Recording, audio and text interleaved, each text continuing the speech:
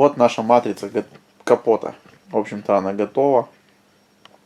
Вот так вот она выглядит. Негатив, так скажем, моей лепки из пластилина.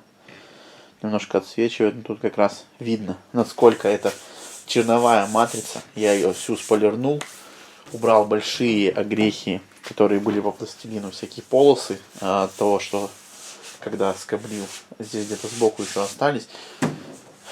Но большинство убрал, все сполирнул, все стало четенько.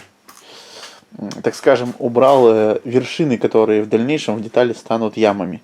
Сейчас остались только всякие внутренние, грубо говоря, ямы на матрице остались, которые в дальнейшем детали станут вершинами. В общем, и они тоже их стесаем. Думаю, будет все огонь.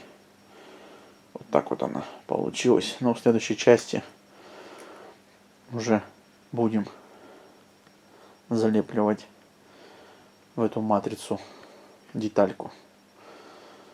Точно так же черновую. Будет интересно. В дальнейшем еще состоит сложная задача сделать вот этот вот каркас металлический как раз на вот эту вот черновую детальку и склеить это все между собой. Не знаю, как это еще клеится, посмотрим в интернете, думаю, найдем. В принципе, вот такая вот получилась матрица. Тут где-то остались царапины, но в дальнейшем, когда я буду это все воском типа делать, разделительным слоем, там это все подзабьет. Я думаю, что получится у нас под покраску, под шкурение, чуть-чуть шпаклевочки идеальная. Так что как-то так. Подписывайтесь на канал, ставьте лайки. В общем, ждите следующую серию с черновой деталью.